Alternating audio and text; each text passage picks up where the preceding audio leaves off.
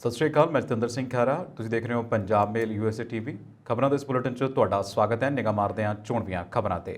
ਲਗਾਤਾਰ ਵੱਧ ਰਹੇ ਪ੍ਰਦੂਸ਼ਣ ਕਾਰਨ ਫਿੱਕੀ ਪੈ ਰਹੀ ਹੈ ਸ਼੍ਰੀ ਹਰਿਮੰਦਰ ਸਾਹਿਬ 'ਚ ਲੱਗੇ ਸੋਨੇ ਦੀ ਚਮਕ। ਚੰਡੀਗੜ੍ਹ ਦੇ ਮਾਮਲੇ ਤੇ ਸੁਨੀਲ ਜਾਖੜ ਦਾ ਵੱਡਾ ਬਿਆਨ। ਹਰਸਿਮਰਤ ਬਾਦਲ ਨੇ ਲੋਕ ਸਭਾ 'ਚ ਚੁੱਕਿਆ ਬੰਦੀ ਸਿੰਘਾਂ ਦੀ ਰਿਹਾਈ ਦਾ ਮੁੱਦਾ। ਸੁਖਪਾਲ ਖਹਿਰਾ ਨੇ ਆਪ ਦੇ ਪੰਜਾਬ ਨੂੰ ਭ੍ਰਿਸ਼ਟਾਚਾਰ ਮੁਕਤ ਕਰਨ ਵਾਲੇ ਦਾਅਵਿਆਂ ਦੀ ਕੱਢੀ ਫੂਕ। ਪੰਜਾਬ 'ਚ ਗਰਮੀ ਦੇ ਟੁੱਟਣਗੇ ਰਿਕਾਰਡ, ਮੌਸਮ ਵਿਭਾਗ ਨੇ ਦਿੱਤੀ ਚੇਤਾਵਨੀ। ਵਧ ਰਹੀ ਮਹਿੰਗਾਈ ਨੂੰ ਲੈ ਕੇ ਪੰਜਾਬ 'ਚ ਕਾਂਗਰਸ ਨੇ ਕੀਤਾ ਰੋਸ ਪ੍ਰਦਰਸ਼ਨ। ਤੇ ਹੁਣ ਖਬਰਾਂ ਵਿਸਤਾਰ ਨਾਲ।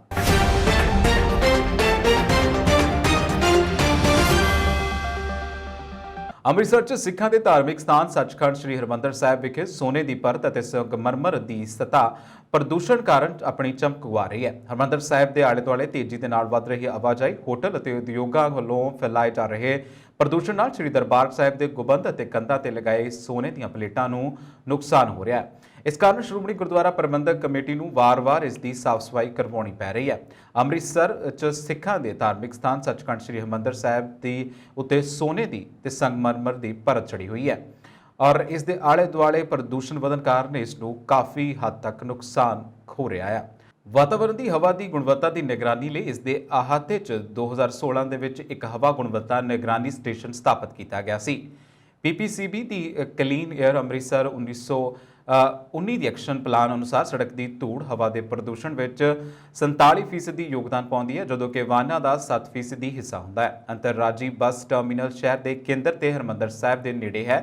ਤਤਕਾਲੀ ਉਪ ਮੁੱਖ ਮੰਤਰੀ ਸੁਖਬੀਰ ਸਿੰਘ ਬਾਦਲ ਨੇ 2016 ਵਿੱਚ ਉਕਤ ਸ਼ਹਿਰ ਵਿੱਚ ਟ੍ਰੈਫਿਕ ਜਾਮ ਅਤੇ ਪ੍ਰਦੂਸ਼ਣ ਨੂੰ ਘਟਾਉਣ ਲਈ ISBT ਨੂੰ ਵੱਲ ਵਿੱਚ ਤਬਦੀਲ ਕਰਨ ਦੀ ਪ੍ਰਵਾਨਗੀ ਦਿੱਤੀ ਸੀ, ਜਿਸ ਸੰਬੰਧੀ ਵਿੱਚ ਕੁਝ ਨਹੀਂ ਹੋਇਆ। ਇਸ ਤੋਂ ਇਲਾਵਾ ਸੀਵਰੇਜ ਦੀ ਵੀ ਪ੍ਰਦੂਸ਼ਣ ਫੈਲਾਉਣ ਵਿੱਚ ਭੂਮਿਕਾ ਨਿਭਾਉਂਦਾ ਹੈ। ਭਗਤਾਂਵਾਲਾ ਵਿਖੇ ਸਭ ਤੋਂ ਵੱਡੀ ਕੂੜਾ ਡੰਪਿੰਗ ਸਾਈਟ ਵੀ ਗੁਰਦੁਆਰੇ ਦੇ ਨੇੜੇ ਹੀ ਪੈਂਦੀ ਹੈ, ਜੋ 25 ਏਕੜ ਦੇ ਵਿੱਚ ਫੈਲੀ ਹੋਈ ਹੈ। ਇਸ ਨਾਲ ਮਿਥੇਨ ਸਮੇਤ ਕਈ ਖਤਰਨਾਕ ਗੈਸਾਂ ਦਾ ਨਿਕਾਸ ਹੁੰਦਾ ਹੈ। ਪੰਜਾਬ ਕਾਂਗਰਸ ਦੇ ਸਾਬਕਾ ਪ੍ਰਧਾਨ ਸੁਨੀਲ ਕੁਮਾਰ ਜਾਖੜ ਨੇ ਚੰਡੀਗੜ੍ਹ ਦੇ ਮੁੱਦੇ ਤੇ ਵੱਡਾ ਤੰਜ ਕੱਸਿਆ। ਚੰਡੀਗੜ੍ਹ ਨੂੰ ਮਰਿਆ ਹੋਇਆ ਮੁੱਦਾ ਦੱਸਦਿਆਂ ਉਹਨਾਂ ਕਿਹਾ ਕਿ ਪੰਜਾਬ ਅਤੇ ਹਰਿਆਣਾ ਦਰਮਿਆਨ ਕਿਸਾਨ ਅੰਦੋਲਨ ਵਿੱਚ ਬਣਿਆ ਭਾਈਚਾਰਾ ਇਸ ਮਰੇ ਹੋਏ ਮੁੱਦੇ ਦੀ ਭੇਟ ਚੜ੍ਹ ਜਾਵੇਗਾ। ਜਾਖੜ ਨੇ ਟਵੀਟ ਕਰਦੇ ਹੋਏ ਲਿਖਿਆ ਕਿ ਇਸ ਮਾਮਲੇ ਵਿੱਚ ਪੰਜਾਬ ਅਤੇ ਹਰਿਆਣਾ ਆਮੋ ਸਾਹਮਣੇ ਹਨ। ਅਜਿਹੇ ਵਿੱਚ ਹਮੇਸ਼ਾ ਦੀ ਤਰ੍ਹਾਂ 2 ਬਿਲੀਅਨ ਦੀ ਲੜਾਈ ਦੇ ਵਿੱਚ ਬੰਦਰਬਾਜ਼ੀ ਮਾਰ ਕੇ ਜਾਵੇਗਾ। ਹਾਲਾਂਕਿ ਉਹਨਾਂ ਦੀਆਂ ਗੱਲਾਂ ਵਿੱਚ ਬਾਂਦਰ ਕੌਣ ਹੈ, ਇਸ ਨੂੰ ਲੈ ਕੇ ਸਿਆਸੀ ਗਲਿਆਰਿਆਂ ਦੇ ਵਿੱਚ ਚਰਚਾ ਛਿੜੀ ਹੋਈ ਹੈ। ਦਰਅਸਲ ਜਾਖੜ ਨੇ ਕਿਹਾ ਕਿ ਕਿਸਾਨ ਅੰਦੋਲਨ ਦੌਰਾਨ ਸਿੰਘੂ ਅਤੇ ਟੀਕਰੀ ਬਾਰਡਰ ਤੇ ਪੰਜਾਬ ਅਤੇ ਹਰਿਆਣਾ ਦੇ ਲੋਕਾਂ ਵਿਚਾਲੇ ਭਾਈਚਾਰਾ ਸਥਾਪਿਤ ਹੋਇਆ ਸੀ। ਉਹਨਾਂ ਕਿਹਾ ਕਿ ਇਸ ਮਰੇ ਹੋਏ ਮੁੱਦੇ ਦੀ ਵਜ੍ਹਾ ਦੇ ਨਾਲ ਭਾਈਚਾਰਾ ਭੜਕੇ ਹੋਏ ਜਜ਼ਬਾਤਾਂ ਦੀ ਭੇਟ ਚੜ੍ਹ ਜਾਵੇਗਾ। ਉਹਨਾਂ ਕਿਹਾ ਕਿ ਹੁਣ ਹਰਿਆਣਾ ਵੀ ਪੰਜਾਬ ਨੂੰ ਕਰਾਰਾ ਜਵਾਬ ਦੇਣ ਲਈ ਵਿਧਾਨ ਸਭਾ ਸੈਸ਼ਨ ਬੁਲਾ ਰਿਹਾ ਹੈ। ਚੰਡੀਗੜ੍ਹ ਦੇ ਮੁੱਦੇ ਤੇ ਪੰਜਾਬ ਅਤੇ ਹਰਿਆਣਾ ਦਰਮਿਆਨ ਟਕਰਾਅ ਚੱਲ ਰਿਹਾ ਹੈ। ਇਸ ਦੀ ਸ਼ੁਰੂਆਤ ਕੇਂਦਰ ਸਰਕਾਰ ਵੱਲੋਂ ਚੰਡੀਗੜ੍ਹ ਦੇ ਕਰਮਚਾਰੀਆਂ ਤੇ ਕੇਂਦਰੀ ਨਿਯਮ ਲਾਗੂ ਕਰਨ ਦੇ ਨਾਲ ਹੋਈ ਹੈ, ਜਿਸ ਤੋਂ ਬਾਅਦ 1 ਅਪ੍ਰੈਲ ਨੂੰ ਪੰਜਾਬ ਦੀ ਆਪ ਸਰਕਾਰ ਨੇ ਵਿਧਾਨ ਸਭਾ ਦਾ ਵਿਸ਼ੇਸ਼ ਸੈਸ਼ਨ ਬੁਲਾ ਕੇ ਚੰਡੀਗੜ੍ਹ ਦਾ ਮਤਾ ਪਾਸ ਕਰ ਦਿੱਤਾ ਸੀ। ਇਸ ਸਭ ਦਰਮਿਆਨ ਹਰਿਆਣਾ ਸਰਕਾਰ ਨੇ ਵੀ ਕੈਬਨਿਟ ਮੀਟਿੰਗ ਕੀਤੀ ਹੈ ਤੇ ਕੱਲ ਵਿਧਾਨ ਸਭਾ ਦਾ 1 ਦਿਨਾ ਵਿਸ਼ੇਸ਼ ਸੈਸ਼ਨ ਬੁਲਾਇਆ ਹੈ, ਜਿਸ ਵਿੱਚ ਚੰਡੀਗੜ੍ਹ ਹੀ ਨਹੀਂ ਬਲਕਿ ਸਗੋਂ ਸਤਲੁਜ ਯਮੁਨਾ ਲਿੰਕ ਨਹਿਰ ਅਤੇ ਹਿੰਦੀ ਭਾਸ਼ੀ ਇਲਾਕੇ ਹਰਿਆਣਾ ਨੂੰ ਦੇਣ ਦਾ ਪ੍ਰਸਤਾਵ ਪਾਸ ਹੋ ਸਕਦਾ ਹੈ। ਸ਼੍ਰੋਮਣੀ ਅਕਾਲੀ ਦਲ ਦੀ ਨੇਤਾ ਹਰਸਿਮਰਤ ਕੌਰ ਬਾਦਲ ਨੇ ਸਜ਼ਾ ਪੂਰੀ ਕਰ ਚੁੱਕੇ ਸਿੱਖ ਕੈਦੀਆਂ ਦੇ ਜੇਲ੍ਹ 'ਚ ਬੰਦ ਹੋਣ ਦਾ ਮੁੱਦਾ ਸੋਮਵਾਰ ਯਾਨੀ ਕਿ ਅੱਜ ਲੋਕ ਸਭਾ ਦੇ ਵਿੱਚ ਚੁੱਕਿਆ। ਬਾਦਲ ਨੇ ਕੇਂਦਰ ਸਰਕਾਰ ਨੂੰ ਅਪੀਲ ਕੀਤੀ ਹੈ ਕਿ ਪ੍ਰੋਫੈਸਰ ਦਵਿੰਦਰਪਾਲ ਸਿੰਘ ਭੁੱਲਰ ਸਮੇਤ ਜੇਲ੍ਹ 'ਚ ਬੰਦ ਸਾਰੇ ਸਿੱਖ ਕੈਦੀਆਂ ਦੀ ਰਿਹਾਈ ਯਕੀਨੀ ਕੀਤੀ ਜਾਵੇ, ਜੋ ਆਪਣੀਆਂ ਸਜ਼ਾਵਾਂ ਪੂਰੀਆਂ ਕਰ ਚੁੱਕੇ ਹਨ। ਉਹਨਾਂ ਨੇ ਸਦਨ 'ਚ ਸਿਫਰ ਕਾਲ ਦੌਰਾਨ ਇਹ ਮੁੱਦਾ ਚੁੱਕਿਆ। ਹਰਸਿਮਰਤ ਬਾਦਲ ਨੇ ਅੱਗੇ ਕਿਹਾ ਕਿ ਮੈਂ ਸਰਕਾਰ ਦਾ ਧਿਆਨ ਉਹਨਾਂ ਬੰਦੀ ਸਿੱਖਾਂ ਵੱਲ ਦਿਵਾਉਣਾ ਚਾਹੁੰਦੀ ਹਾਂ ਜੋ 25 ਤੋਂ 30 ਸਾਲਾਂ ਤੋਂ ਸਜ਼ਾ ਕੱਟਣ ਤੋਂ ਬਾਅਦ ਵੀ ਜੇਲ੍ਹਾਂ ਦੇ ਵਿੱਚ ਬੰਦ ਨੇ। ਉਹਨਾਂ ਨੂੰ ਦੁੱਗਣੀ ਸਜ਼ਾ ਹੋ ਗਈ ਹੈ ਪਰ ਹੁਣ ਅਜੇ ਵੀ ਬਾਹਰ ਨਹੀਂ ਆਏ ਨੇ। ਪ੍ਰੋਫੈਸਰ ਭੁੱਲਰ ਵਰਗੇ ਲੋਕ ਹੁਣ ਵੀ ਜੇਲ੍ਹ 'ਚ ਬੰਦ ਹਨ, ਜੋ ਆਪਣੀ ਤੈਅ ਸਜ਼ਾ ਤੋਂ ਦੁੱਗਣੀ ਸਜ਼ਾ ਕੱਟ ਚੁੱਕੇ ਨੇ। ਹਰਸਿਮਰਤ ਕੌਰ ਬਾਦਲ ਨੇ ਦੋਸ਼ ਲਾਇਆ ਕਿ ਦਿੱਲੀ ਦੇ ਮੁੱਖ ਮੰਤਰੀ ਅਰਵਿੰਦ ਕੇਜਰੀਵਾਲ ਨੇ ਪੰਜਾਬ 'ਚ ਪ੍ਰੋਫੈਸਰ ਭੁੱਲਰ ਦੀ ਰਿਹਾਈ ਦਾ ਵਾਅਦਾ ਕੀਤਾ, ਪਰ ਦਿੱਲੀ 'ਚ ਉਹਨਾਂ ਨੇ ਮੰਤਰੀ ਕੋਈ ਠੋਸ ਕਦਮ ਨਹੀਂ ਚੁੱਕ ਰਹੇ। ਕੁਝ ਸਾਲ ਪਹਿਲਾਂ ਸਰਕਾਰ ਨੇ ਸਜ਼ਾ ਪੂਰੀ ਕਰ ਚੁੱਕੇ ਸਿੱਖ ਕੈਦੀਆਂ ਦੀ ਰਿਹਾਈ ਦਾ ਵਾਅਦਾ ਕੀਤਾ ਸੀ, ਪਰ ਹੁਣ ਤੱਕ ਰਿਹਾਈ ਨਹੀਂ ਹੋਈ। ਹਰਸਿਮਰਤ ਕੌਰ ਨੇ ਕਿਹਾ ਕਿ ਮੇਰੀ ਮੰਗ ਹੈ ਕਿ ਅਜਿਹੇ ਕੈਦੀਆਂ ਦੀ ਤੁਰੰਤ रिहाई की जावे।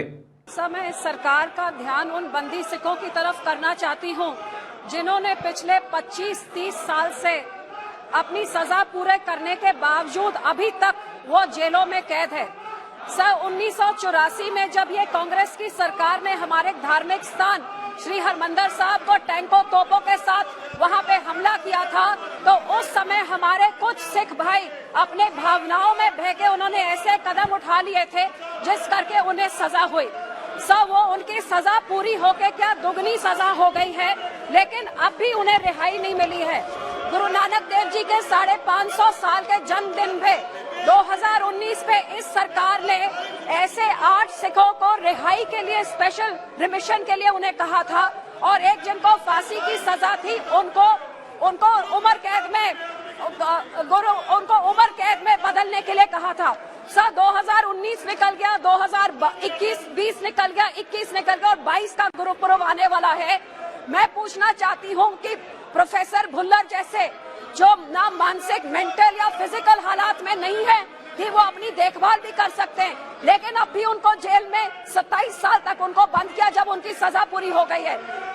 उनके केजरीवाल आम आदमी की सरकार पंजाब में वादे करती है, लेकिन यहाँ उनकी कैद रोक के रखती है, उनको फ्री नहीं करती है, उनके मंत्री उनको रोक के रखते हैं।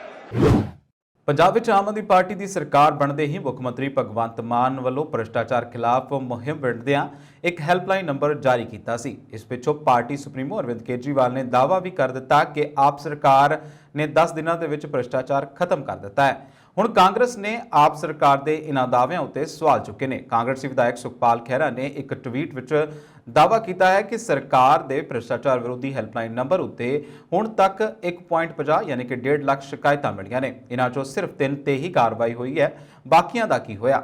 ਦੱਸਿਆ ਜਾ ਰਿਹਾ ਹੈ ਕਿ ਇਸ ਨੰਬਰ ਉੱਤੇ ਧੜਾਧੜ ਸ਼ਿਕਾਇਤਾਂ ਆ ਰਹੀਆਂ ਨੇ। ਇਸ ਸੰਬੰਧ ਇਸ ਸਬੂਤ ਵਜੋਂ ਵੀਡੀਓ ਵੀ ਭੇਜੀਆਂ ਜਾ ਰਹੀਆਂ ਨੇ। ਕਾਂਗਰਸ ਨੇ 1.5 ਲੱਖ ਸ਼ਿਕਾਇਤ 'ਚੋਂ ਸਿਰਫ 3 ਤੇ ਹੀ ਕਾਰਵਾਈ ਉੱਤੇ ਸਵਾਲ ਚੁੱਕੇ ਨੇ। ਖਹਿਰਾ ਨੇ ਟਵੀਟ ਕੀਤਾ ਹੈ ਕਿ ਸੰਵਿਧਾਨਕ ਅਹੁਦਿਆਂ ਤੇ ਬੈਠੇ ਹੋਏ ਤੁਹਾਡੇ ਵਰਗੇ ਲੋਕਾਂ ਤੋਂ ਮੈਂ ਇਸ ਤਰ੍ਹਾਂ ਦੇ ਗੈਰ ਜ਼ਿੰਮੇਵਾਰਾਨਾ ਬਿਆਨ ਦੀ ਉਮੀਦ ਨਹੀਂ ਕਰਦਾ ਕਿ 10 ਦਿਨਾਂ ਦੇ ਅੰਦਰ ਭ੍ਰਿਸ਼ਟਾਚਾਰ ਖਤਮ ਹੋ ਗਿਆ। ਭਗਵੰਤ ਮਾਨ ਦੇ ਟੋਲ ਫ੍ਰੀ ਨੰਬਰ ਤੇ 1.5 ਲੱਖ ਭ੍ਰਿਸ਼ਟਾਚਾਰ ਦੀਆਂ ਸ਼ਿਕਾਇਤਾਂ ਪੈਂਡਿੰਗ ਨੇ ਅਤੇ ਸਿਰਫ 3 ਦਾ ਹੀ ਹੱਲ ਹੋ ਗਿਆ ਹੈ। ਬਾਕੀ ਬਚੀਆਂ ਸ਼ਿਕਾਇਤਾਂ ਦੀ ਕੀ ਬਣਿਆ ਇਹ ਵੀ ਦੱਸੋ। ਸੁਖਪਾਲ ਖਹਿਰਾ ਨੇ ਕਿਹਾ ਕਿ ਮੈਨੂੰ ਅਰਵਿੰਦ ਕੇਜਰੀਵਾਲ ਤੋਂ ਇਹ ਉਮੀਦ ਨਹੀਂ ਸੀ। ਉਹ ਸੰਵਿਧਾਨਕ ਅਹੁਦੇ ਉੱਤੇ ਬੈਠ ਕੇ ਇਸ ਤਰ੍ਹਾਂ ਦੀ ਗੈਰ ਜ਼ਿੰਮੇਵਾਰਾਨਾ ਬਿਆਨਬਾਜ਼ੀ ਕਰ ਰਹੇ ਨੇ ਔਰ ਇਸ ਦਾ ਬਿਲਕੁਲ ਵੀ ਅੰਦਾਜ਼ਾ ਨਹੀਂ ਸੀ। ਉੱਤਰ ਭਾਰਤ 'ਚ ਗਰਮੀ ਕਰਕੇ ਹਾਹਾਕਾਰ ਮਚੀ ਹੋਈ ਹੈ। ਮਾਰਚ ਮਹੀਨੇ ਵਿੱਚ ਹੀ ਜੂਨ ਜੁਲਾਈ ਵਰਗੀ ਗਰਮੀ ਦਾ ਅਹਿਸਾਸ ਹੋ ਰਿਹਾ ਹੈ। ਤਾਪਮਾਨ ਦੀ ਗੱਲ ਕਰੀਏ ਤਾਂ ਇਸ ਸਮੇਂ ਉੱਤਰ ਭਾਰਤ ਦੇ ਕਈ ਸ਼ਹਿਰਾਂ ਦੇ ਵਿੱਚ ਤਾਪਮਾਨ 43 ਤੋਂ 44 ਡਿਗਰੀ ਤੱਕ ਪਹੁੰਚ ਚੁੱਕਿਆ ਹੈ। ਕਾਬਲੇ ਗੌਰ ਹੈ ਕਿ ਮੌਸਮ ਵਿਭਾਗ ਨੇ ਪਹਿਲਾਂ ਹੀ ਚੇਤਾਵਨੀ ਜਾਰੀ ਕਰ ਦਿੱਤੀ ਹੈ ਕਿ ਸਾਲ 2022 ਇਤਿਹਾਸ ਦਾ ਸਭ ਤੋਂ ਗਰਮ ਸਾਲ ਹੋ ਸਕਦਾ ਹੈ। ਇਸ ਦਾ ਕਾਰਨ ਇਹ ਵੀ ਹੈ ਕਿ ਦਿਨੋਂ ਦਿਨ ਧਰਤੀ ਦਾ ਵਾਤਾਵਰਣ ਖਰਾਬ ਹੁੰਦਾ ਜਾ ਰਿਹਾ। ਜਲਵਾਯੂ ਪਰਿਵਰਤਨ ਕਰਕੇ ਹਰ ਸਾਲ ਤਾਪਮਾਨ ਦੇ ਵਿੱਚ 2 ਡਿਗਰੀ ਸੈਲਸੀਅਸ ਦਾ ਵਾਧਾ ਹੋ ਰਿਹਾ ਹੈ। ਇਹੀ ਨਹੀਂ, ਤਾਪਮਾਨ ਵਧਣ ਕਰਕੇ ਨਾਰਥ ਪੋਲ ਯਾਨੀ ਕਿ ਉੱਤਰੀ ਧਰੁਵ ਤੇ ਬਰਫ਼ ਵੀ ਪਿਘਲਣੀ ਸ਼ੁਰੂ ਹੋ ਚੁੱਕੀ ਹੈ।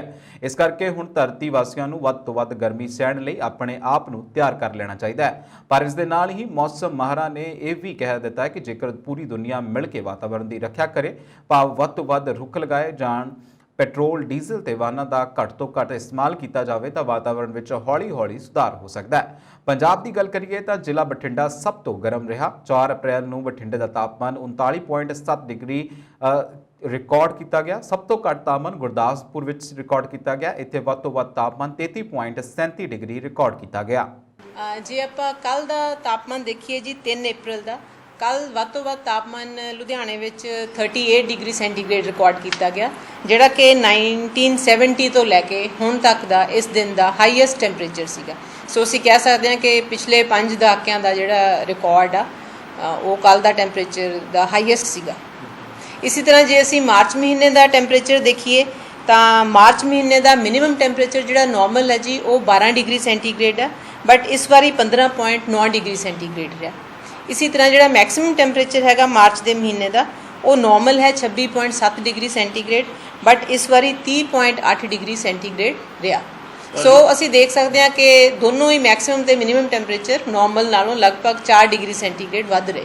ਹਾਂਜੀ, ਕੱਲ ਬਰਨਾਲਾ ਤੇ ਮੁਹਾਲੀ ਵਿੱਚ ਜਿਹੜਾ ਮੈਕਸਿਮਮ ਟੈਂਪਰੇਚਰ ਸੀਗਾ 41 ਡਿਗਰੀ ਸੈਂਟੀਗ੍ਰੇਡ ਰਿਕਾਰਡ ਕੀਤਾ ਗਿਆ, ਜਿਹੜੇ ਕਿ ਹੌਟੈਸਟ ਸੀਗੇ 2 ਸਟੇਸ਼ਨਸ ਪੰਜਾਬ ਦੇ ਵਿੱਚ।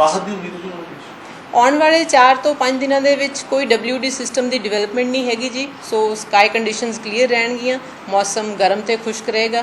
ਸੋ ਅਸੀਂ ਕਹਿ ਸਕਦੇ ਹਾਂ ਕਿ ਆਉਣ ਵਾਲੇ ਦਿਨਾਂ ਵਿੱਚ ਹਲੇ ਗਰਮੀ ਦਾ ਪ੍ਰਕੋਪ ਆ ਜਿਹੜਾ ਉਹ ਬਣੇ ਰਹਿਣ ਦੇ ਆਸਾਰ ਹੀ ਨੇ। ਪਿਛਲੇ ਕੁਝ ਦਿਨਾਂ ਤੋਂ ਪੈਟਰੋਲ ਅਤੇ ਡੀਜ਼ਲ ਦੀਆਂ ਕੀਮਤਾਂ ਦਿਨੋਂ ਦਿਨ ਵਧ ਰਹੀਆਂ ਨੇ। ਨਾਲ ਹੀ ਨਾਲ LPG ਸਿਲੰਡਰ ਦੀ ਕੀਮਤ ਵਿੱਚ ਵੀ 50 ਰੁਪਏ ਦਾ ਵਾਧਾ ਕੀਤਾ ਗਿਆ, ਜਿਸ ਤੋਂ ਬਾਅਦ ਇਸ ਦਾ ਕਾਫੀ ਅਸਰ ਦੇਖਣ ਨੂੰ ਮਿਲ ਰਿਹਾ ਹੈ। ਇਸ ਮੌਕੇ ਕਾਂਗਰਸ ਦੇ ਦੇਸ਼ ਦਫ਼ਤਰ ਦੇ ਬਾਹਰ ਕਾਂਗਰਸੀਆਂ ਨੇ ਕੇਂਦਰ ਸਰਕਾਰ ਖਿਲਾਫ ਰੋਸ ਪ੍ਰਗਟ ਕਰਦੇ ਹੋਏ ਗੈਸ ਸਿਲੰਡਰ ਅਤੇ ਰਸੋਈ ਦਾ ਸਮਾਨ ਸੜਕ ਦੇ ਵਿਚਕਾਰ ਰੱਖ ਕੇ ਸਰਕਾਰ ਖਿਲਾਫ ਨਾਅਰੇਬਾਜ਼ੀ ਕੀਤੀ, ਜਦਕਿ ਕਾਂਗਰਸ ਦੇ ਦਿਹਾਤੀ ਪ੍ਰਧਾਨ ਭਗਵੰਤ ਪਾਲ ਸਿੰਘ ਸੱਚਰ ਨੇ ਕਿਹਾ ਕਿ ਭਾਜਪਾ ਸਰਕਾਰ ਕੁਝ ਕਾਰਪੋਰੇਟ ਘਰਾਣਿਆਂ ਨੂੰ ਮੁਨਾਫਾ ਦੇਣ ਦੇ ਲਈ ਮਹਿੰਗਾਈ ਵਧਾ ਰਹੀ ਹੈ ਅਤੇ ਇੱਥੋਂ ਤੱਕ ਕਿਹਾ ਕਿ ਇਹ ਸਰਕਾਰ ਭਾਜਪਾ ਦੀ ਨਹੀਂ ਸਗੋਂ ਕਾਰਪੋਰੇਟ ਘਰਾਣਿਆਂ ਦੀ ਹੈ, ਜਿਸ ਕਾਰਨ ਮਹਿੰਗਾਈ ਲਗਾਤਾਰ ਵਧ ਰਹੀ ਹੈ। ਆਮ ਜਨਤਾ ਦੀਆਂ ਜੇਬਾਂ ਤੇ ਬੋਝ ਪੈ ਰਿਹਾ ਹੈ। ਦੂਜੇ ਪਾਸੇ Inderjit Singh SC commission member ਵੀ ਇਸ ਰੋਸ ਪ੍ਰਦਰਸ਼ਨ ਦੇ ਵਿੱਚ ਸ਼ਾਮਲ ਹੋਏ, ਜਿੱਥੇ ਉਹਨਾਂ ਨੇ ਕਿਹਾ ਕਿ ਕੇਂਦਰ ਸਰਕਾਰ ਦੀ ਜਨਤਾ ਮਾਰੂ ਨੀਤੀ ਜਾਰੀ ਹੈ, ਜਿਸ ਕਾਰਨ ਇਸ ਵਿੱਚ ਵਾਧਾ ਹੋ ਰਿਹਾ ਹੈ। ਉਹਨਾਂ ਕਿਹਾ ਕਿ ਪੈਟਰੋਲ ਅਤੇ ਡੀਜ਼ਲ ਦੀਆਂ ਕੀਮਤਾਂ ਲਗਾਤਾਰ ਵਧ ਰਹੀਆਂ ਨੇ, ਇਸ ਦੇ ਨਾਲ ਹੀ ਹਰ ਚੀਜ਼ ਮਹਿੰਗੀ ਹੋ ਰਹੀ ਹੈ। ਇਸ ਲਈ ਅੱਜ ਕਾਂਗਰਸ ਕੇਂਦਰ ਸਰਕਾਰ ਖਿਲਾਫ ਰੋਸ ਪ੍ਰਦਰਸ਼ਨ ਕਰ ਰਹੀ ਹੈ। ਮੇਰਾ ਨਾਮ ਜੀ ਇੰਦਰਜੀਤ ਸਿੰਘ ਹੈ ਔਰ ਮੈਂ ਐਸਸੀ ਡਿਪਾਰਟਮੈਂਟ ਦਾ ਚੇਅਰਮੈਨ ਹਾਂ ਅੰਮ੍ਰਿਤਸਰ ਜਾਤੀ ਦਾ ਕਾਂਗਰਸ ਪਾਰਟੀ ਦਾ। ਔਰ ਅੱਜ ਅਸੀਂ ਇੱਥੇ ਬੈਠੇ ਹਾਂ ਕਿ ਜਿਹੜਾ ਕੇਂਦਰ ਦੀ ਮੋਦੀ ਸਰਕਾਰ ਨੇ ਤੇਲ ਦੀਆਂ ਕੀਮਤਾਂ ਵਧਾਈਆਂ, ਸਿਲੰਡਰ ਦੀਆਂ ਕੀਮਤਾਂ ਆਏ ਦਿਨ ਜਿਹੜਾ ਹੈ ਉਹ ਨਵੇਂ ਤੋਂ ਨਵਾਂ ਆਮ ਜਨਤਾ ਦੇ ਬੋਝ ਪਾ ਰਹੀ ਹੈ। ਉਹਦੇ ਸੰਬੰਧ ਵਿੱਚ ਅਸੀਂ ਇੱਥੇ ਰੋਡ ਪ੍ਰਦਰਸ਼ਨ ਕਰ ਰਹੇ ਹਾਂ। ਆਗੂ ਸਾਹਿਬਾਨ, ਕਾਂਗਰਸ ਪਾਰਟੀ ਦੇ ਵਰਕਰ ਸਾਹਿਬਾਨ ਸਾਰੇ ਇੱਥੇ ਸ਼ਾਮਲ ਹੋ ਕੇ ਵੇਖੋ ਜੀ, ਅਸੀਂ ਜਿਹੜਾ ਪ੍ਰੋਟੈਸਟ ਕੀਤਾ ਹੈ, ਅਸੀਂ ਆਪਣੇ ਰਸੋਈ ਸਿਲੰਡਰ ਲੈਂਦਾ ਹੈ ਤੇ ਜਿਹੜਾ ਪੈਟਰੋਲ ਲੈਂਦਾ ਹੈ ਜਾਂ ਡੀਜ਼ਲ ਲੈਂਦਾ ਹੈ, ਔਰ ਇੱਥੇ ਅਸੀਂ ਆਪਣਾ ਉਸ ਨੂੰ ਅਸੀਂ ਪ੍ਰਦਰਸ਼ਨ ਰੋਡ ਪ੍ਰਦਰਸ਼ਨ ਕਰ ਰਹੇ ਹਾਂ ਕਿ ਪੂਰੇ ਹਿੰਦੁਸਤਾਨ ਦੇ ਵਿੱਚ ਹੀ ਸਾਡੇ ਜਿਹੜੀ ਹਾਈ ਕਮਾਨ ਹੈ ਉਹਨਾਂ ਨੇ ਕਿਹਾ ਹੈ ਕਿ ਵੱਡੇ ਪੱਧਰ ਤੇ ਜਿਹੜਾ ਪ੍ਰੋਟੈਸਟ ਕੀਤਾ ਜਾਵੇ ਤਾਂ ਕਿ ਜਿਹੜੀ ਕੇਂਦਰ ਦੀ ਮੋਦੀ ਸਰਕਾਰ ਹੈ ਉਹ ਇਸ ਚੀਜ਼ ਤੋਂ ਜਾਗ ਜਾਵੇ। ਵੇਖੋ ਜੀ, ਜਿਹੜਾ ਅੱਗੇ ਲੋਕ ਜਿਹੜੇ ਆ ਪਿਛਲੇ 2 ਸਾਲ ਤੋਂ ਕਰੋਨਾ ਦੀ ਮਾਰ ਹੇਠ ਆਏ ਨੇ ਔਰ ਲੋਕਾਂ ਦਾ ਆਪਣਾ ਗੁਜ਼ਾਰਾ ਜਿਹੜਾ ਵਾ ਬੜਾ ਮੁਸ਼ਕਲ ਨਾਲ ਚੱਲ ਰਿਹਾ, ਔਰ ਜਿੰਨੀ ਇਹਨਾਂ ਨੇ ਤੇਲ ਦੀਆਂ, ਡੀਜ਼ਲ, ਪੈਟਰੋਲ ਦੀ ਕੀਮਤ ਵਧਾਈ ਆ ਜਾਂ ਗੈਸ ਸਿਲੰਡਰ ਦੀ ਕੀਮਤ ਵਧਾਈ ਆ, ਬਹੁਤ ਹੀ ਲੋਕਾਂ ਦੇ ਵਿੱਚ ਰੋਸ ਆ। ਔਰ ਪੰਜਾਬ ਦੇ ਵਿੱਚ ਸਾਡੇ ਜਿਹੜੇ ਰਸੋਈ ਆ ਉਹ ਬੰਦ ਹੋਣ ਪਈ ਆ, ਔਰ ਜਿਹੜੇ ਇਸ ਕਰਕੇ ਅੱਜ ਅਸੀਂ ਜਿਹੜਾ ਵਾ ਹਰ ਜ਼ਿਲ੍ਹੇ ਦੇ ਵਿੱਚ ਕਾਂਗਰਸ ਪਾਰਟੀ ਨੇ ਜਿਹੜਾ ਵਾ ਧਰਨੇ ਦਿੱਤੇ ਆ ਔਰ ਅਸੀਂ ਡਟ ਕੇ ਵਿਰੋਧ ਕਰਦੇ ਆ ਔਰ ਮੋਦੀ ਸਰਕਾਰ ਨੂੰ ਚੇਤਾਵਨੀ ਦਿੰਦੇ ਆ ਕਿ ਜੇ ਤੁਸੀਂ ਇਹ ਤੇਲ ਜਾਂ ਇਹਨਾਂ ਦੀਆਂ ਕੀਮਤਾਂ ਡੀਜ਼ਲ ਦੀਆਂ, ਪੈਟਰੋਲ ਦੀਆਂ, ਗੈਸ ਸਿਲੰਡਰ ਦੀਆਂ ਘੱਟ ਨਾ ਕੀਤੀਆਂ ਤੇ ਲੋਕ ਜਿਹੜੇ ਆ ਸੜਕਾਂ ਦੇ ਉੱਤੇ ਉਤਰਨਗੇ। ਔਰ ਮੈਂ ਇਹ ਲੋਕਾਂ ਦੇ ਨੂੰ ਵਿਸ਼ਵਾਸ ਦਿਵਾਉਣਾ ਪਈ ਅਸੀਂ ਡਟ ਕੇ ਕਾਂਗਰਸ ਪਾਰਟੀ ਲੋਕਾਂ ਦੇ ਨਾਲ ਖੜੇ ਆ। ਜਿੱਥੇ ਵੀ ਕਾਂਗਰਸ ਪਾਰਟੀ ਇਹਨਾਂ ਸਾਡੇ ਵਰਕਰਾਂ ਨੂੰ, ਸਾਡੇ ਆਮ ਲੋਕਾਂ ਨੂੰ ਜਿੱਥੇ ਵੀ ਲੋੜ ਪੈਂਦੀ ਆ, ਅਸੀਂ ਡਟ ਕੇ ਜਿਹੜਾ ਉਹਨਾਂ ਦੇ ਸਾਥ ਹਾਂ ਔਰ ਡਟ ਕੇ ਇਹਨਾਂ ਚੀਜ਼ਾਂ ਦਾ ਵਿਰੋਧ ਕਰਦੇ ਹਾਂ ਤੇ ਕਰਦੇ ਰਹਾਂਗੇ। ਈਡੀ ਵੱਲੋਂ ਸਾਬਕਾ ਮੁੱਖ ਮੰਤਰੀ ਚਰਨਜੀਤ ਸਿੰਘ ਚੰਨੀ ਦੇ ਭਾਣਜੇ ਖਿਲਾਫ ਦਾਇਰ ਕੀਤੀ ਗਈ ਚਾਰਜਸ਼ੀਟ ਤੇ ਬੋਲਦਿਆਂ ਕਾਂਗਰਸੀ ਵਿਧਾਇਕ ਪ੍ਰਗਟ ਸਿੰਘ ਨੇ ਕਿਹਾ ਕਿ ਮੈਂ ਕਦੇ ਵੀ ਇਹਨਾਂ ਏਜੰਸੀਆਂ ਤੇ ਸ਼ੱਕ ਨਹੀਂ ਕਰਦਾ, ਪਰ ਜਦੋਂ ਕੋਈ ਅਜਿਹੀ ਗੱਲ ਚੋਣਾਂ ਦੇ ਸਮੇਂ ਆਉਂਦੀ ਹੈ ਤਾਂ ਇਹ ਏਜੰਸੀਆਂ ਸ਼ੱਕ ਦੇ ਦਾਇਰੇ 'ਚ ਆ ਜਾਂਦੀਆਂ ਨੇ। ਮੇਰਾ ਖਿਆਲ ਹੈ ਕਿ ਕੰਮ ਪਾਰਦਰਸ਼ਤਾ ਨਾਲ ਹੋਣਾ ਚਾਹੀਦਾ ਹੈ, ਭਾਵੇਂ ਕਿੰਨਾ ਵੀ ਵੱਡਾ ਬੰਦਾ ਕਿਉਂ ਨਾ ਹੋਵੇ, ਫਿਰ ਕਿਸੇ ਪਾਰਟੀ ਦੇ ਨਾਲ ਹੀ ਕਿਉਂ ਨਾ ਸੰਬੰਧ ਰੱਖਦਾ ਹੋਵੇ। ਡੈਮੋਕ੍ਰੇਸੀ ਹੈ ਔਰ ਇਹ ਕਹਿੰਦੀ ਹੈ ਕਿ ਦੁਨੀਆ 'ਚ ਫੇਅਰ ਟ੍ਰਾਇਲ ਹੋਣਾ ਚਾਹੀਦਾ ਹੈ, ਭਾਵੇਂ ਕਿਸੇ ਦੇ ਨਾਲ ਵੀ ਹੋਵੇ। ਉਸ 'ਚ ਜੋ ਵੀ ਫੇਅਰਨੈਸ ਹੈ ਉਹ ਸਾਹਮਣੇ ਆਉਣੀ ਚਾਹੀਦੀ ਹੈ। ਪੰਜਾਬ 'ਚ ਬਿਜਲੀ ਸੰਕਟ ਤੇ ਬੋਲਦੇ ਹੋਏ ਪ੍ਰਗਟ ਸਿੰਘ ਨੇ ਕਿਹਾ ਕਿ ਇੱਥੇ ਕੋਲਾ ਖਤਮ ਹੈ ਅਤੇ ਭਗਵੰਤ ਮਾਨ ਗੁਜਰਾਤ 'ਚ ਚਰਖਾ ਚਲਾ ਰਹੇ ਹਨ, ਜਦਕਿ ਪੰਜਾਬ 'ਚ ਭਗਵੰਤ ਸਿੰਘ ਦੀ ਗੱਲ ਕਰਦੇ ਹਨ, ਭਗਤ ਸਿੰਘ ਦੀ ਗੱਲ ਕਰਦੇ ਹਨ। ਅੱਗੇ ਉਹਨਾਂ ਨੇ ਕਿਹਾ ਕਿ ਹੁਣ ਉਹਨਾਂ ਨੂੰ ਪਹਿਲਾਂ ਆਪਣੇ ਸੂਬੇ ਨੂੰ ਵੇਖਣਾ ਚਾਹੀਦਾ ਹੈ। ਸਿੱਧੂ ਦੇ ਖਾਸ ਇਮਰਾਨ ਖਾਨ ਖਿਲਾਫ ਪਾਕਿਸਤਾਨ 'ਚ ਆਏ ਪਰ ਬੇਭਰੋਸਗੀ ਮਤੇ ਨੂੰ ਲੈ ਕੇ ਉਹਨਾਂ ਨੇ ਕਿਹਾ ਕਿ ਉਹਨਾਂ ਦੇ ਦੇਸ਼ ਦਾ ਮਾਮਲਾ ਹੈ ਤੇ ਸਾਨੂੰ ਇੰਟਰਨਲੀ ਉਸ ਦੀ ਇੰਨੀ समझ भी नहीं है।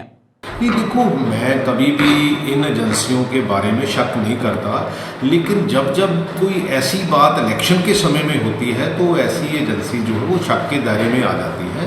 मेरा ख्याल है कि फेयरली करना चाहिए हमें, चाहे कोई कितना बड़ा भी बंदा हो, चाहे किसी पार्टी को भी बिलोंग करता हो।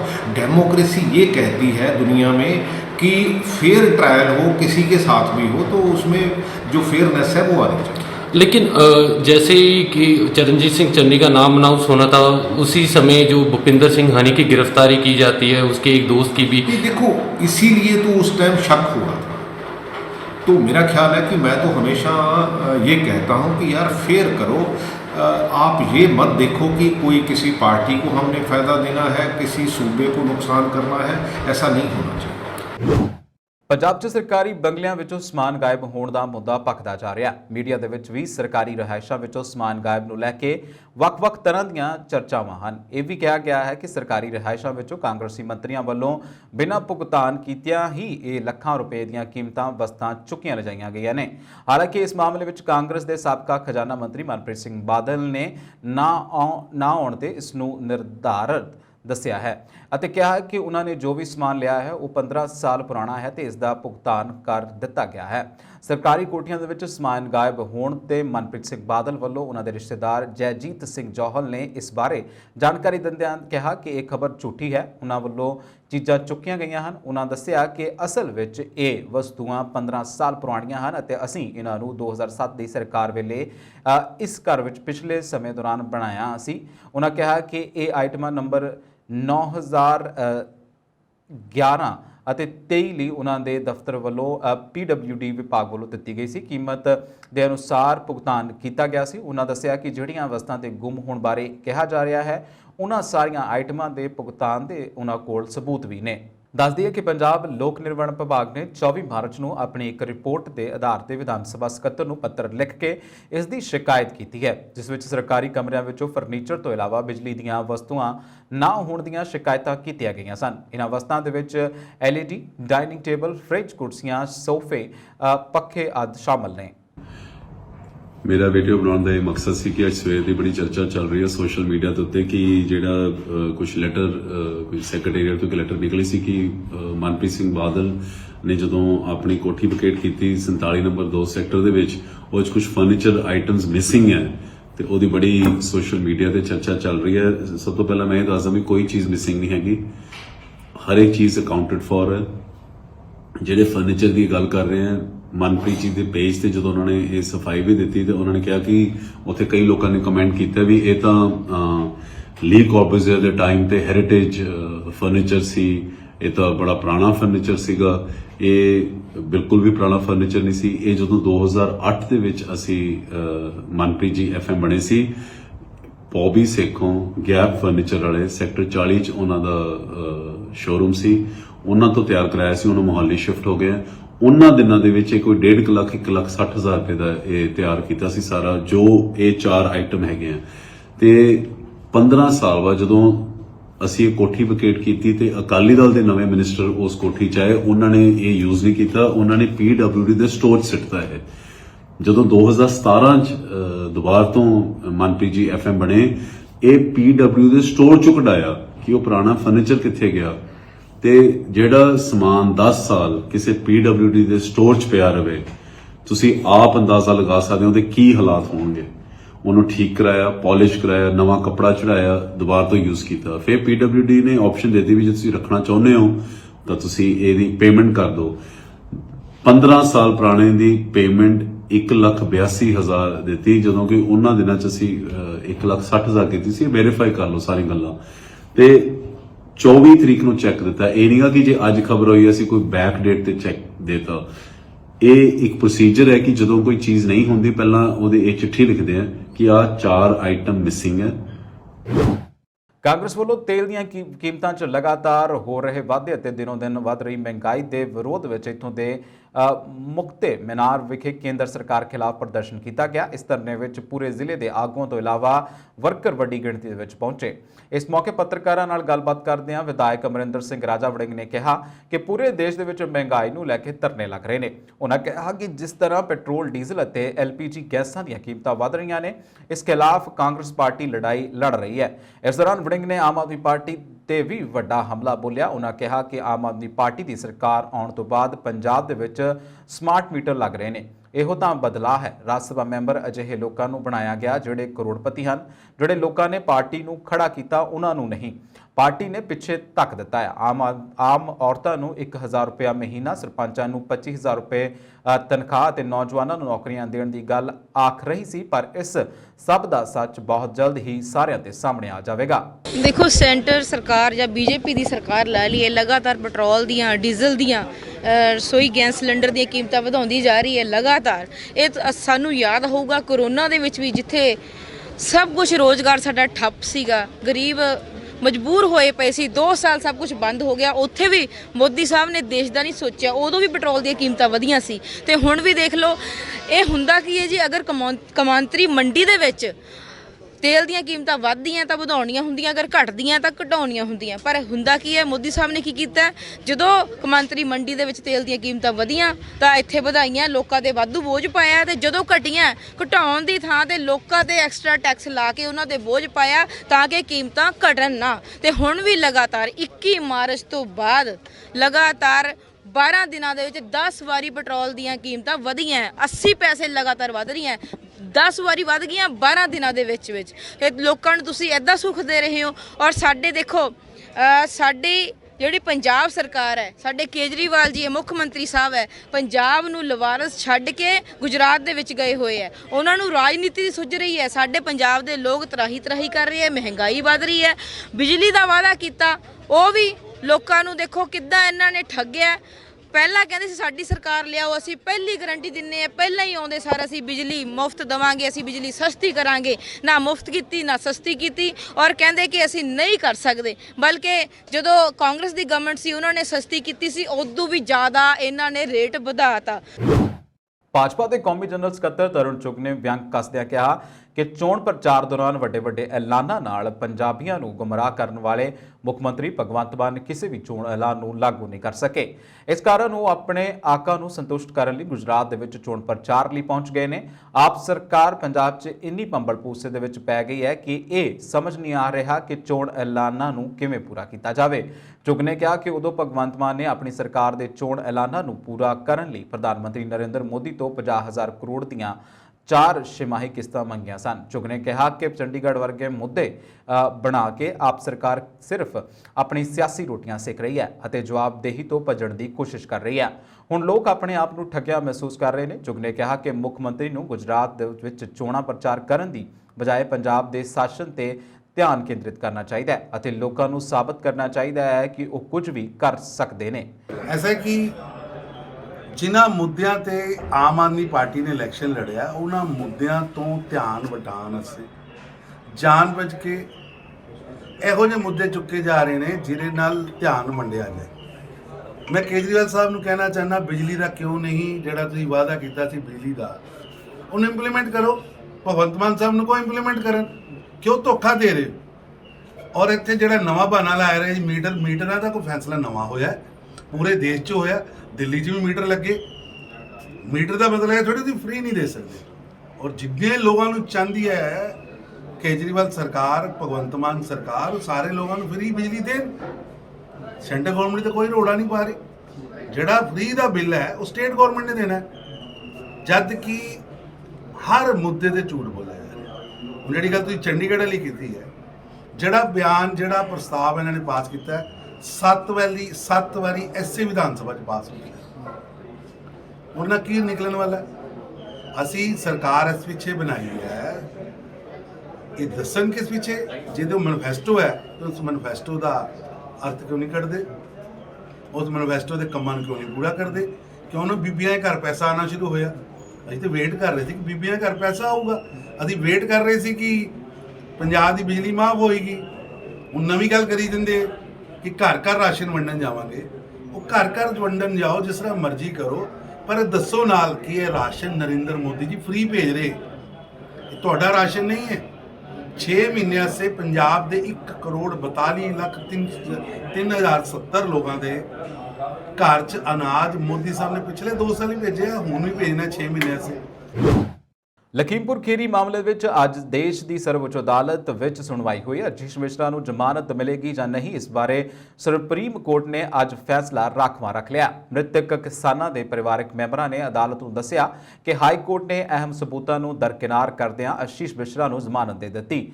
ਕਿਸਾਨਾਂ ਵੱਲੋਂ ਪੇਸ਼ ਵਕੀਲ ਨੇ ਕਿਹਾ ਕਿ ਆਸ਼ੀਸ਼ ਨੂੰ ਪਤਾ ਸੀ ਕਿ ਉਸ ਰਾਸਤੇ ਵਿੱਚ ਕਿਸਾਨ ਧਰਨੇ ਤੇ ਬੈਠੇ ਹਨ, ਜਦ ਕਿ ਉਪ ਮੁੱਖ ਮੰਤਰੀ ਨੂੰ ਬਦਲਵਾਂ ਰੂਟ ਦਿੱਤਾ ਗਿਆ ਸੀ, ਪਰ ਆਸ਼ੀਸ਼ ਜਾਣਬੁੱਝ ਕੇ ਕਿਸਾਨਾਂ ਵਾਲੇ ਰਾਸਤੇ ਤੇ ਗਿਆ। ਇਸ ਤੋਂ ਪਹਿਲਾਂ ਇਸ ਮਾਮਲੇ ਵਿੱਚ ਕਮੇਟੀ ਨੇ ਸੁਪਰੀਮ ਕੋਰਟ ਨੂੰ ਸਟੇਟਸ ਰਿਪੋਰਟ ਸੌਂਪ ਦਿੱਤੀ ਹੈ। ਕਮੇਟੀ ਨੇ ਰਿਪੋਰਟ ਵਿੱਚ ਕਿਹਾ ਕਿ ਸਿਟ ਨੇ ਆਸ਼ੀਸ਼ ਮਿਸ਼ਰਾ ਨੂੰ ਦਿੱਤੀ ਜ਼ਮਾਨਤ ਰੱਦ ਕਰਨ ਲਈ ਯੂਪੀ ਸਰਕਾਰ ਨੂੰ 2 ਵਾਰੀ ਸਿਫਾਰਿਸ਼ ਕੀਤੀ ਸੀ। ਕਮੇਟੀ ਨੇ ਕਿਹਾ ਕਿ ਸਬੂਤਾਂ ਤੋਂ ਪੁਸ਼ਟੀ ਹੁੰਦੀ ਹੈ ਕਿ ਘਟਨਾ ਸਥਾਨ ਤੇ ਆਸ਼ੀਸ਼ ਮਿਸ਼ਰਾ ਮੌਜੂਦ ਸੀ। ਦੱਸਣਯੋਗ ਹੈ ਕਿ ਲਖੀਮਪੁਰੀ ਦੇ ਤਿਕੂਨੀਆਂ ਵਿੱਚ 8 ਜਣਿਆਂ ਦੀ ਮੌਤ ਹੋ ਗਈ ਸੀ ਜਦ ਤੇ ਕੇਂਦਰੀ ਰਾਜ ਮੰਤਰੀ ਦੇ ਲੜਕੇ ਤੇ ਕਿਸਾਨਾਂ ਨੂੰ ਜੀਪ ਹੇਠ ਦਰੜਨ ਦੇ ਦੋਸ਼ ਲੱਗੇ ਸਨ। ਪੰਜਾਬ ਵਿਧਾਨ ਸਭਾ ਦੇ ਸਪੀਕਰ ਕੁਲਤਾਰ ਸਿੰਘ ਸੰਧਵਾ ਨੇ ਅੱਜ ਪਿੰਡ ਕੋਠੇ ਬੁੱਕਲ ਸਿੰਘ ਨੰਗਰ ਵਿੱਚ ਇੱਕ ਸਮਾਗਮ ਦੌਰਾਨ ਸੰਬੋਧਨ ਕਰਦਿਆਂ ਕਿਹਾ ਕਿ ਆਉਂਦੇ 6 ਮਹੀਨਿਆਂ ਦੇ ਵਿੱਚ ਪੰਜਾਬ 'ਚੋਂ ਚਿੱਟਾ ਹਰ ਹਾਲਤ ਦੇ ਵਿੱਚ ਖਤਮ ਕਰ ਦਿੱਤਾ ਜਾਵੇਗਾ। ਪੰਜਾਬ ਸਰਕਾਰ ਦਾ ਪਹਿਲਾ ਮਕਸਦ ਨਸ਼ਿਆਂ ਦਾ ਖਾਤਮਾ ਤੇ ਸਿਹਤ ਤੇ ਸਿੱਖਿਆ ਸਹੂਲਤਾਂ ਦਾ ਵਿਸਥਾਰ ਕਰਨਾ ਹੈ। ਉਨ੍ਹਾਂ ਕਿਹਾ ਕਿ ਪੰਜਾਬ ਦੇ ਲੋਕਾਂ ਨੇ ਆਮ ਆਦਮੀ ਪਾਰਟੀ ਦੇ ਹੱਕ ਵਿੱਚ ਇਤਿਹਾਸਿਕ ਫਤਵਾ ਦਿੱਤਾ ਹੈ ਤੇ ਸਰਕਾਰ ਸੂਬੇ ਦੇ ਲੋਕਾਂ ਦੀਆਂ ਉਮੀਦਾਂ ਤੇ ਖਰਾ ਉਤਰਨ ਲਈ ਕੋਈ ਕਸਰ ਨਹੀਂ ਛੱਡੇਗੀ। ਉਨ੍ਹਾਂ ਆਪਣੀ ਸਪੀਕਰ ਵਜੋਂ ਨਿਯੁਕਤੀ ਲਈ ਪਾਰਟੀ ਦੇ ਕੌਮੀ ਕਨਵੀਨਰ ਅਰਵਿੰਦ ਕੇਜਰੀਵਾਲ ਅਤੇ ਮੁੱਖ ਮੰਤਰੀ ਭਗਵੰਤ ਮਾਨ ਦਾ ਧੰਨਵਾਦ ਕੀਤਾ। ਉਨ੍ਹਾਂ ਕਿਹਾ ਕਿ ਉਹ ਆਪਣੇ ਹਲਕੇ ਕੋਟਕਪੂਰਾ ਦੇ ਵੋਟਰਾਂ ਦੇ ਹਮੇਸ਼ਾ ਰਿਣੀ ਰਹਿਣਗੇ ਜਿਨ੍ਹਾਂ ਨੇ ਉਨ੍ਹਾਂ ਨੂੰ ਦੂਜੀ ਵਾਰ ਵਿਧਾਨ ਸਭਾ ਭੇਜਿਆ ਹੈ। ਵੱਡੀ ਖਬਰ ਅਮਰੀਕਾ ਤੋਂ ਹੈ। ਅਮਰੀਕੀ ਦੀ ਸੰਸਦ ਵੱਲੋਂ 14 ਅਪ੍ਰੈਲ ਵਿਸਾਖੀ ਦੇ ਦਿਨ ਨੂੰ ਹਰ ਸਾਲ ਨੈਸ਼ਨਲ ਸਿੱਖ ਡੇ ਵਜੋਂ ਮਾਨਤਾ ਦੇਣ ਲਈ ਪੇਸ਼ ਕੀਤੇ ਗਏ ਮਤੇ ਦਾ ਅਮਰੀਕਨ ਗੁਰਦੁਆਰਾ ਪ੍ਰਬੰਧਕ ਕਮੇਟੀ ਦੇ ਕੋਆਰਡੀਨੇਟਰ ਡਾਕਟਰ ਪ੍ਰਿਤਪਾਲ ਸਿੰਘ ਨੇ ਸਵਾਗਤ ਕੀਤਾ। ਵਿਸਾਖੀ ਮੌਕੇ 14 ਅਪ੍ਰੈਲ ਨੂੰ ਹਰ ਵਰੇ ਸਿੱਖਾਂ ਨੂੰ ਸਮਰਪਿਤ ਕਰਨ ਦਾ ਇਹ ਫੈਸਲਾ ਅਮਰੀਕੀ ਸੰਸਦਾਂ ਦੇ ਨੁਮਾਇੰਦਿਆਂ ਦੀ 117ਵੀਂ ਕਾਂਗਰਸ ਵੱਲੋਂ ਪੇਸ਼ ਕੀਤਾ ਗਿਆ। ਡਾਕਟਰ ਪ੍ਰਿਤਪਾਲ ਸਿੰਘ ਨੇ ਦੱਸਿਆ ਕਿ ਇਸ ਮਤੇ ਦੇ ਪੇਸ਼ ਹੋਣ ਨਾਲ ਅਮਰੀਕਾ ਵਿੱਚ ਸਿੱਖਾਂ ਦੀ ਪਹਿਚਾਣ ਬਣਾਉਣ ਵਿੱਚ ਮਦਦ ਮਿਲੇਗੀ। ਉਨ੍ਹਾਂ ਕਿਹਾ ਕਿ ਸਿੱਖ ਕੌਮ ਲਈ ਇਹ ਵੱਡੀ ਫਖਰ ਦੀ ਗੱਲ ਹੈ। ਡਾਕਟਰ ਪ੍ਰਿਤਪਾਲ ਸਿੰਘ ਨੇ ਅੱਗੇ ਕਿਹਾ ਕਿ ਪੂਰੀ ਦੁਨੀਆ ਦੇ ਵਿੱਚ ਸਿੱਖਾਂ ਨੇ ਆਪਣੇ ਅਮੀਰ ਸੱਭਿਆਚਾਰ ਅਤੇ ਮਿਹਨਤ ਲਿਆਕਤ ਨਾਲ ਆਪਣੀ ਭਾਵਪੂਰਨ ਹੋਂਦ ਦਰਸਾਈ ਹੈ। ਉਨ੍ਹਾਂ ਕਿਹਾ ਕਿ ਇਹ ਮਤਾ ਜਲਦ ਹੀ ਸੰਸਦ ਵੱਲੋਂ ਪਾਸ ਕਰ ਦਿੱਤਾ ਜਾਵੇਗਾ। ਇਹ ਸੀ ਹੁਣ ਤੱਕ ਦੀਆਂ ਖਬਰਾਂ। ਤੁਸੀਂ ਦੇਖਦੇ ਰਹੋ ਪੰਜਾਬ ਮੇਲ ਯੂਐਸਏ ਟੀਵੀ। ਮੈਨੂੰ ਦਿਓ ਆਗਿਆ। ਧੰਨਵਾਦ। ਪ੍ਰਿਤਪਾਲ ਸਿੰਘ, ਕੋਆਰਡੀਨੇਟਰ ਅਮਰੀਕਨ ਗੁਰਦੁਆਰਾ ਪ੍ਰਬੰਧਕ ਕਮੇਟੀ। ਅਸੀਂ ਪਿਛਲੇ ਦਿਨਾਂ 'ਚ 28 ਮਾਰਚ ਨੂੰ ਜਿਹੜਾ ਕਾਂਗਰਸ ਦੇ ਵਿੱਚ ਇੱਕ ਸਿੱਖਾਂ ਦੀ ਜਾਗਰੂਕਤਾ ਵਾਸਤੇ, ਸਿੱਖਾਂ ਦੀ ਚੜ੍ਹਦੀ ਕਲਾ ਵਾਸਤੇ ਵਿਸਾਖੀ ਨੂੰ ਅਤੇ 14 ਅਪ੍ਰੈਲ ਨੂੰ ਦਰਸਾਉਂਦਾ ਨੈਸ਼ਨਲ ਸਿੱਖ ਡੇ ਦਾ ਜੋ ਮਤਾ ਹੈ ਉਹ ਪੇਸ਼ ਕੀਤਾ ਗਿਆ ਸੀ। ਅਸੀਂ ਸਮੁੱਚੀ ਸਾਧ ਸੰਗਤ ਨੂੰ ਜਿੱਥੇ ਵਧਾਈ ਦਿੰਦੇ ਹਾਂ ਉੱਥੇ ਆਸ ਵੀ ਕਰਦੇ ਹਾਂ ਕਿ ਇਹ ਮਤਾ ਜਲਦ ਪਾਸ ਹੋ ਜਾਏਗਾ। ਉਸ ਤੋਂ ਅਗਲੀ ਕਾਰਵਾਈ ਦੇ ਵਿੱਚ ਇਹ ਮਤਾ ਹਾਊਸ ਰਿਫਾਰਮਸ ਕਮੇਟੀ ਤੇ 5 ਅਪ੍ਰੈਲ ਨੂੰ ਹੀਅਰਿੰਗ ਵਾਸਤੇ ਜਾ ਰਿਹਾ। ਉਸ ਤੋਂ ਬਾਅਦ ਉੱਥੋਂ ਨਿਕਲ ਕੇ ਫਿਰ ਇਹ ਮਤਾ ਫਲੋਰ ਤੇ ਜਾਏਗਾ। ਆਸ ਕਰਦੇ ਹਾਂ ਕਿ ਇਹ ਮਤਾ ਵਿਸਾਖੀ ਤੋਂ ਪਹਿਲਾਂ ਪਾਸ ਹੋ ਜਾਏਗਾ। ਅਸੀਂ ਇੱਕ ਵਾਰੀ ਫਿਰ ਸਮੁੱਚੀਆਂ ਸੰਗਤਾਂ ਨੂੰ ਵਧਾਈ ਦਿੰਦੇ ਹਾਂ ਔਰ ਸਮੁੱਚੀਆਂ ਜਥੇਬੰਦੀਆਂ ਤੋਂ ਆਸ ਕਰਦੇ ਹਾਂ ਕਿ ਆਓ ਰਲ ਕੇ ਇਕੱਠੇ ਹੋ ਕੇ ਖਾਲਸਾ ਪੰਥ ਦੀ ਚੜ੍ਹਦੀ ਕਲਾ ਵਾਸਤੇ ਕਾਰਜ ਕਰੀਏ।